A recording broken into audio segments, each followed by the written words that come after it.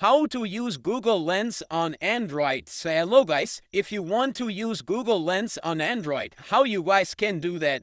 So it was very easy. For that we will simply go to Play Store. Here we will search for Google Lens. So I will simply search for Google Lens. Once you search for Google Lens, here you guys will see Google Lens app on. So I can just simply click on that. I already installed it. You guys can simply click on install. So once you install, simply click on open.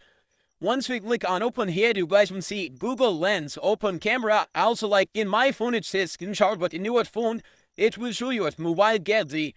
So if you want to search any loud pic, simply click on that open camera and such. Like you guys can scan that image or that object. And if you have any type of pic in your gallery and you want to search on Google Lens, simply select it. For example, I want to search for that pic, so I simply click on that. Once I click on that, it will take 2 seconds, and here we go. Google Lens search for our that pic, and it shows all other pics that are available online. They will look like that pic. So that's how you guys can use Google Lens. Thanks for watching.